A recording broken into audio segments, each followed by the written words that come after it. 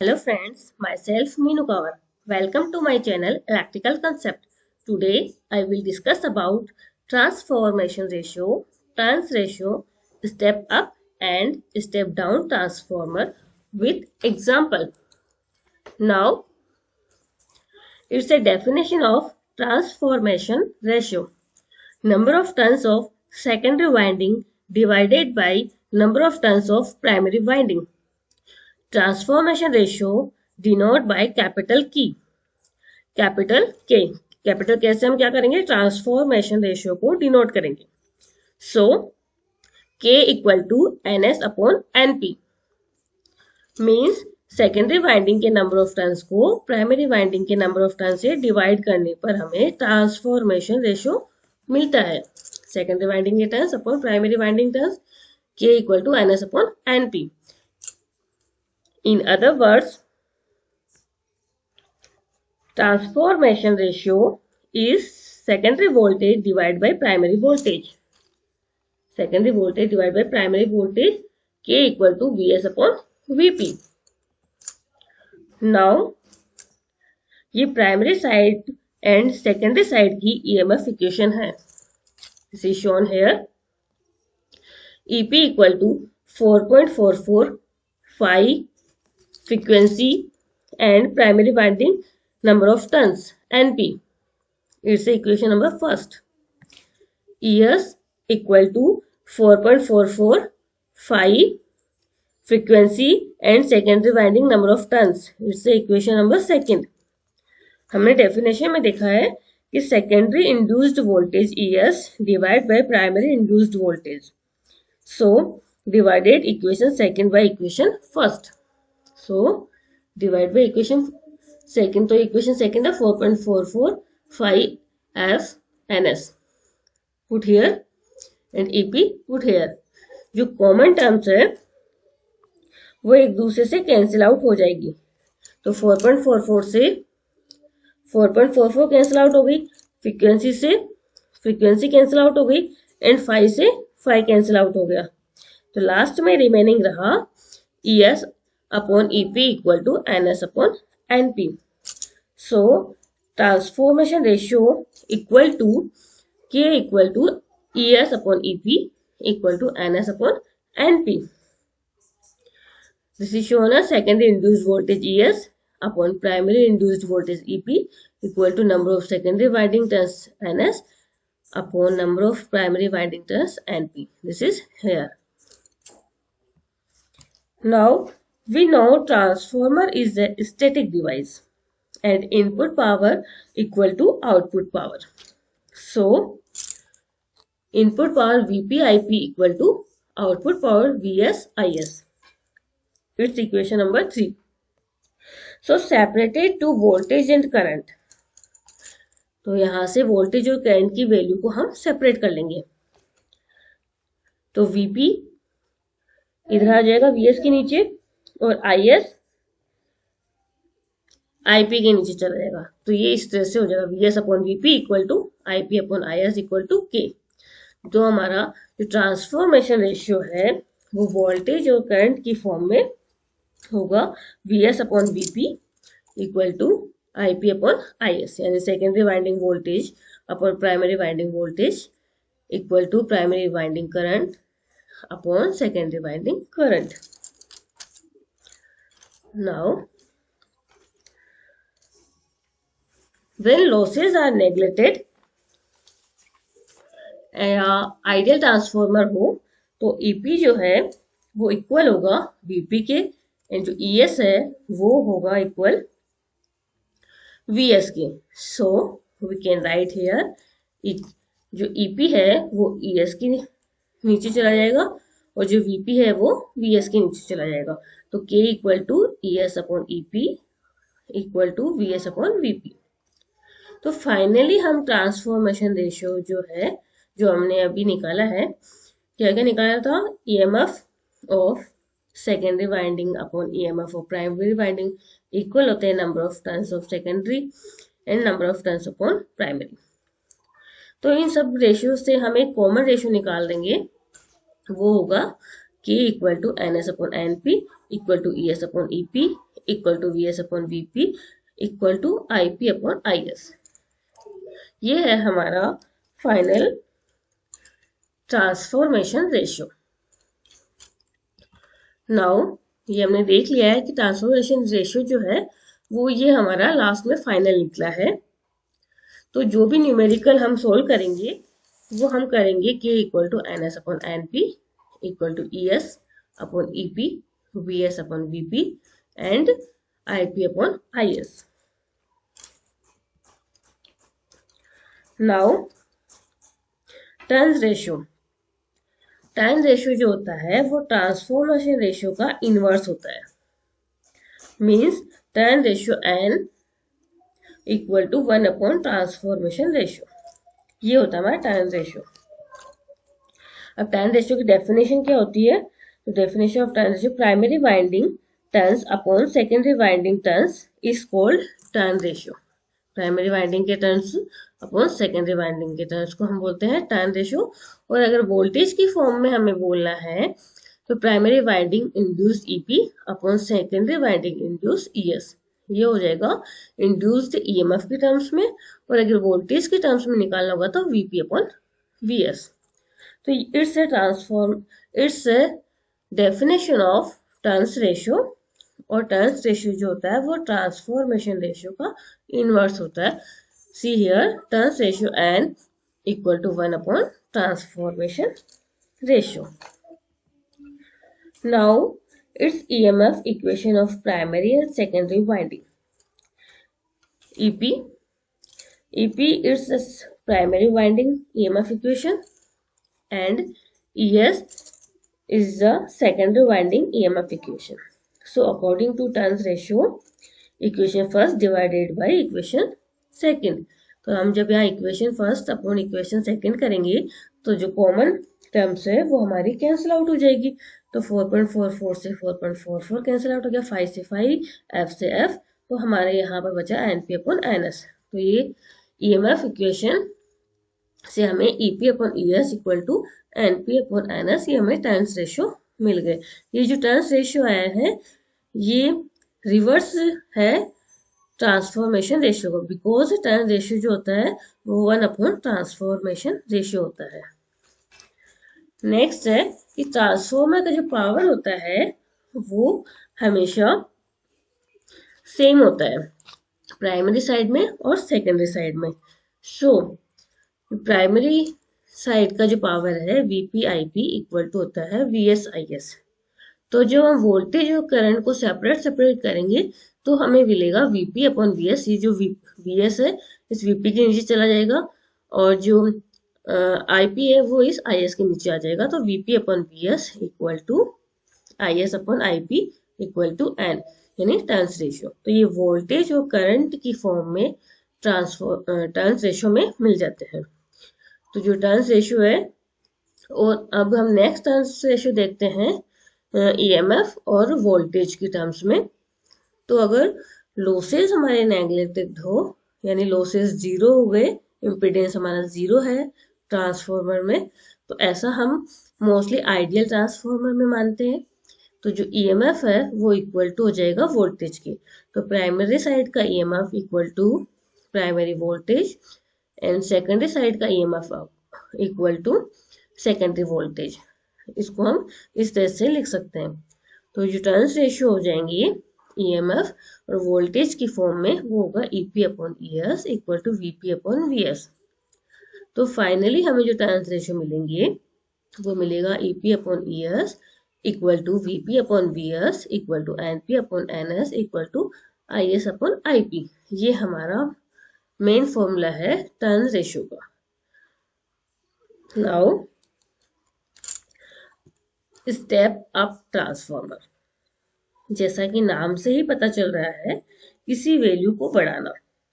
Step up transformer का main काम है वोल्टेज के लेवल को अप करना या इंक्रीज करना।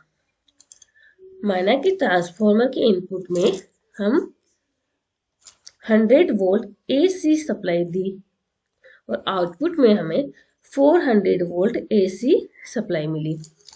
क्या इनपुट में हम कितनी सप्लाई दे रहे हैं 100 वोल्ट, आउटपुट में कितना मिल रहा है 400 वोल्ट, यानी वोल्टेज क्या हो रहा है बढ़ रहा है, आउटपुट साइड में वोल्टेज क्या हो रहा है बढ़ रहा है। तो इससे हम बोलेंगे स्टेप अप वोल्टेज, यानी जो Vs है आउटपुट साइड का जो वोल्टेज है, सेकेंडरी जो वोल्टेज है वो ज्यादा है प्राइमरी वोल्टेज, प्राइमरी वोल्टेज 100 है और सेकेंडरी साइड का जो वोल्टेज है यानी आउटपुट साइड का जो वोल्टेज है वो 400 है, तो Vs is greater then Vp। अब यहाँ हम देखते हैं कि जो स्टेप अप ट्रांसफॉर्मर में जो नंबर ऑफ टर्न्स है वो प्राइमरी साइड में कम होते हैं और सेकेंडरी साइड में नंबर ऑफ टर्न्स जो होते हैं एनएस जो होते हैं वो कंपेयर टू प्राइमरी टर्न्स ज्यादा होते हैं, यानी एनएस की वैल्यू ज्यादा होती है, यानी NS is greater than NP, NS is greater than NP and output voltage भी ज्यादा होता है तो VS is greater than VP.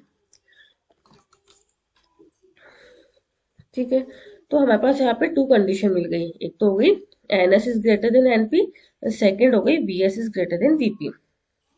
ये हमने यहाँ पे शो कर रखा है कि आउटपुट साइड में many turns and high voltage, high voltage होगा और लो मैनी टर्न्स होंगे, लेकिन यहाँ जो करंट है, यहाँ जो करंट होती है आउटपुट साइड में वो लो करंट होती है। तो ये लो करंट कैसे होती है ये हम समझते हैं। हम जानते हैं कि ट्रांसफॉर्मर एक कांस्टेंट पावर डिवाइस है, मीन्स इनपुट में पावर आउटपुट के पावर के इक्वल होती है, यानी यहाँ पे अगर इनपुट में हमने 1000 वोट दिया है तो आउटपुट में हमें 1000 वोट मिलेगा, यानी इनपुट में 1000 है तो आउटपुट में भी पावर 1000 ही होगा, पावर दोनों जगह सेम होगी। तो हमें यहाँ पे वोल्टेज शो है यानी 100 दिया हमने, आउटपुट में हमें कितना मिल रहा 400, पर पावर कितनी होगी, पावर तो दोनों जगह सेम ही होगी क्योंकि कांस्टेंट पावर डिवाइस है, 1000। तो अब हम यहाँ से इसे समझते हैं कि पावर का फॉर्मूला होता है P equal to V into I, यानी voltage multiply current. Input side में पावर 1000 वोल्ट इक्वल टू, यहाँ से देखो 100 वोल्ट हमने दिया है, 100 वोल्ट, तो यहाँ के जो करंट है वो है 10 एम्पियर, मल्टीप्लाई 10 एम्पियर तो कितना हुआ 1000। तो आउटपुट साइड की अगर हम पावर देखिए तो यहाँ पे पावर तो सेम होगी 1000 वोल्ट, वोल्टेज हमें मिल रहा है 400 वोल्ट, यहाँ पे कितना मिला 400 वोल्ट मल्टीप्लाई यहाँ के जो करंट है 2.5 एम्पियर, इनको मल्टीप्लाई करेंगे तो हमारे पास आएगा 1000 वोल्ट, यानी पावर सेम है, वोल्टेज को इंक्रीज और डिक्रीज करने पर करंट भी हमारी क्या होती है इंक्रीज और डिक्रीज होती है। तो स्टेप अप ट्रांसफॉर्मर में वोल्टेज को बढ़ाने पर करंट जो होती है वो कम होती है, यानी यहाँ पर स्टेप अप ट्रांसफॉर्मर में आउटपुट में हमें लो करंट मिलती है और इनपुट साइड में जो नंबर ऑफ टर्न्स होते हैं वो भी कम होते हैं, वोल्टेज है यहाँ पे 100 वोल्ट है तो लो वोल्टेज होता है और यहाँ की करंट है वो हाई होती है, देखो यहाँ पे 10 एम्पियर और यहाँ पे 2.5 है, तो यहाँ की इनपुट साइड की जो करंट है वो भी हाई होती है। इनपुट साइड की करंट हाई होने की वजह से जो प्राइमरी वाइंडिंग है, ये वाली जो वाइंडिंग है इसको हम प्राइमरी वाइंडिंग बोलते हैं एनपी, जो प्राइमरी वाइंडिंग है is made of thick insulated copper, किसकी थिक इंसुलेटेड यानी मोटे इंसुलेटेड कॉपर से हमें इस वाइंडिंग को बनाते हैं, और जो सेकेंडरी है वो थिन इंसुलेटेड कॉपर से बनती है क्योंकि इसमें लो करंट फ्लो होती है। Now let's move away ahead. Step up transformer के लिए ट्रांसफॉर्मेशन रेशियो कैपिटल के होगा K is greater than 1। Step up transformer के लिए K की वैल्यू क्या होगी, ट्रांसफॉर्मेशन रेशियो की वैल्यू क्या होगी, जो K जो होता है वो ग्रेटर देन 1 होता है। तो हमें ट्रांसफॉर्मेशन रेशियो में पता है, उसका फॉर्मूला होता है NS अपॉन NP। तो वी नो कि स्टेप अप ट्रांसफॉर्मर में जो भी हमने पढ़ा था तो सेकेंडरी साइड के number of turns primary side की नंबर ऑफ टर्न से ज्यादा होते हैं, ये हमने देखा था अभी। तो इसे हम एग्जाम्पल से समझते हैं कि जो K है वो 1 से ग्रेटर देन कैसे है। तो लेट अज्यूम कि प्राइमरी वाइंडिंग के टर्न्स 20 है, यहाँ पे प्राइमरी वाइंडिंग के टर्न्स 20 और सेकेंडरी वाइंडिंग के टर्न्स 40 है। तो स्टेप अप ट्रांसफॉर्मर के लिए ट्रांसफॉर्मेशन रेशियो के क्या होगा? तो के का फॉर्मूला होता है NS upon NP, K equal to NS upon NP। तो NS है हमारे पास में 40, यहाँ रखा 40, NP की जगह हमने 20 पुट किया, इसको जब हमने कैंसिल आउट किया तो हमारे पास आया 2, तो के की वैल्यू कितनी हुई 2, के इक्वल टू 2। तो यहाँ से हमें देख कर पता चल रहा है कि के की जो वैल्यू है वो 1 से ग्रेटर देन है, सो के इज ग्रेटर देन 1। तो के is greater than 1, that is transformer is called step up transformer. जब भी ऑब्जेक्टिव टाइप क्वेश्चंस में हमें दिया हुआ होगा कि के इज ग्रेटर देन 1, के इज लेस देन 1, के इज इक्वल टू 1, तब हमें स्टेप अप ट्रांसफॉर्मर के लिए हमेशा जो करेक्ट ऑप्शन होगा वो होगा के इक्वल टू 1। तो इट्स अ राइट आंसर होगा। ठीक है, नेक्स्ट है टर्न्स रेशियो। तो जो ट्रांसफॉर्मर है स्टेप अप ट्रांसफॉर्मर, उसके लिए जो टर्न्स रेशियो होगा, तो टर्न्स रेशियो की हमने पहले डेफिनेशन देखी थी कि number of turns on primary winding divide by number of turns of secondary winding is called turns ratio. वैसे हम स्मॉल एन से डिनोट करते हैं। तो स्टेप अप ट्रांसफॉर्मर में जो एन है वो लेस देन 1 होता है। तो इसे समझने के लिए हम एक एग्जांपल लेते हैं। इसमें प्राइमरी वाइंडिंग के नंबर ऑफ टर्न्स 200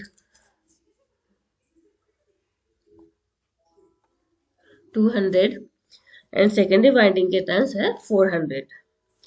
तो ट्रांसफॉर्मर का टर्न्स रेशियो होगा, टर्न्स रेशियो का फॉर्मूला होता है एनपी अपॉन एनएस। यहाँ से हमने देखा एनपी और एनएस, तो एनपी के अंदर हमने वैल्यू पुट करी 200 एंड एनएस में हमने वैल्यू पुट करी 400। तब इसको सोल्व करेंगे तो यहाँ पे आएगा 0.5। तो turns ratio n equal to 0.5। तो 0.5 जो है वो 1 से क्या है, लेस देन है, तो 0.5 इज लेस देन 1। और 0.5 किसकी वैल्यू है, नंबर ऑफ टर्न्स की। तो number of turns means small n is less than 1। तो स्टेप अप ट्रांसफॉर्मर में जो नंबर ऑफ टर्न्स रेशियो है उसकी वैल्यू ऑलवेज लेस देन 1 होगी। नेक्स्ट है step down transformer, this is shown here. Step down transformer, ये देखने से पता चल रहा होगा कि प्राइमरी साइड की वाइंडिंग ज़्यादा है और सेकेंडरी साइड की वाइंडिंग जो एनएस है वो कम है। जब एनएस कम होगी तो वोल्टेज भी क्या होगा, कम होगा। Now step down transformer output voltage V S low होता है एंड नंबर ऑफ टर्न्स भी लो होता है। मीन्स प्राइमरी का वोल्टेज ज़्यादा होगा, कहाँ का वोल्टेज, यहाँ का प्राइमरी साइड का, यहाँ का वोल्टेज ज़्यादा होगा और सेकेंडरी साइड का वोल्टेज कम होगा। मीन्स आउटपुट साइड में फ्यू टर्न्स, सो लो वोल्टेज होगा एंड करंट जो होगी वो हाई होगी। बिकॉज अब हम देखते हैं, यहाँ से देख के पता चल रहा है जो स्टेप डाउन ट्रांसफॉर्मर है इसके आउटपुट साइड में फ्यू टर्न्स है, यानी एनएस की वैल्यू कम है। तो जो एनएस की वैल्यू यहाँ पे कम है तो प्राइमरी साइड में एनएस की वैल्यू क्या हो जाएगी, ज़्यादा हो जाएगी। तो NP is greater then NS. जब एनएस लो है यानी कम है एनएस की वैल्यू, तो क्या हो जाएगा, वीएस की वैल्यू भी कम होगी। तो इनपुट का जो पावर है वो ज़्यादा हो जाएगा और वीएस का जो इनपुट का जो वोल्टेज है वो ज़्यादा होगा और आउटपुट का जो वोल्टेज है वो कम होगा, यानी VP is greater than VS. अब हमने यहाँ देखा कि आउटपुट साइड में फ्यू टर्न्स है और लो वोल्टेज है, बट करंट क्या है, हाई है। कैसे हाई है, ये हम एग्जांपल से देखते हैं कि हमने जो 1000 वोट हमने यहाँ पर पावर दिया और यहाँ पर भी हमारे 1000 वोट है। इनपुट में हमें 400 वोल्ट मिल रहा है और आउटपुट में हमें 100 वोल्ट मिल रहा है। तो यहाँ पे करंट की वैल्यू कितनी है, 10 एम्पियर, और यहाँ पे करंट की वैल्यू कितनी है, 2.5 एम्पियर। तो इससे पता चल रहा है कि आउटपुट साइड के में जो करंट की वैल्यू है वो क्या हो रहा है, ज़्यादा है। So in step down transformer secondary winding is made up of thick insulated copper. क्योंकि सेकेंडरी में करंट की वैल्यू ज़्यादा होने के कारण हमने सेकेंडरी वाइंडिंग को थिक इंसुलेटेड कॉपर से बनाना होता है। और प्राइमरी वाइंडिंग में लो करंट फ्लो होने के कारण जो प्राइमरी वाइंड है उसको थिन इंसुलेटेड कॉपर से बनाते हैं। So transformer, step down transformer को हम adapter, mobile charger, CD player, television, inverter, voltage stabilizer में यूज करते हैं। और मोस्टली वेल्डिंग मशीन्स में स्टेप डाउन ट्रांसफार्मर का यूज होता है, क्योंकि वेल्डिंग मशीन में वेल्डिंग करने के लिए हाई करंट की जरूरत होती है, जो कि हमें स्टेप डाउन ट्रांसफार्मर के आउटपुट से मिलती है। सो नेक्स्ट है, स्टेप डाउन ट्रांसफार्मर के लिए ट्रांसफॉर्मेशन रेशियो के की वैल्यू के इज लेस देन 1 होती है। क्या होती है? के इज लेस देन 1, इसमें स्टेप डाउन ट्रांसफार्मर में। तो हमें ट्रांसफॉर्मेशन रेशियो के का फॉर्मूला पता है, NS/NP। तो हमें एग्जांपल से समझ रहे हैं कि जो प्राइमरी वाइंडिंग के टर्न्स है वो 40 है और सेकेंडरी वाइंडिंग के जो नंबर ऑफ टर्न्स है वो 20 है। इस फॉर्मूले में पुट करने पर NS/NP की जगह हमें NS की जगह हमने लिखा यहाँ पे 20, NP की जगह लिखा हमने 40। इसको सोल्व करने पर आया 0.5। तो K की वैल्यू आई हमारे पास 0.5, यानी K इज लेस देन 1। तो स्टेप डाउन ट्रांसफॉर्मर में ट्रांसफॉर्मेशन रेशियो K की वैल्यू होती है 1 से कम। Now turns ratio. Now step down transformer के लिए turns ratio N is greater than 1। इससे भी हम एग्जांपल से समझ रहे हैं कि जो 400 प्राइमरी वाइंडिंग के टर्न्स है और 200 जो है सेकेंडरी वाइंडिंग के टर्न्स है। तो हमें ट्रांसफॉर्मर का टर्न रेशियो के लिए NP/NS फॉर्मूला नोन है। तो NP/NS की जगह हमें 400 और 200 पुट करने पर टर्न रेशियो इक्वल टू, इसको सोल्व किया तो हमें मिला N = 2, means N is greater than 1। So thank you for watching this video. अगर ये वीडियो आपको अच्छी लगी हो या इस वीडियो में से कुछ भी आपको सीखने को मिला हो तो प्लीज़ इसे लाइक करें, सब्सक्राइब करें और अपने दोस्तों के साथ शेयर करें। And don't forget to press the bell icon button to get further update.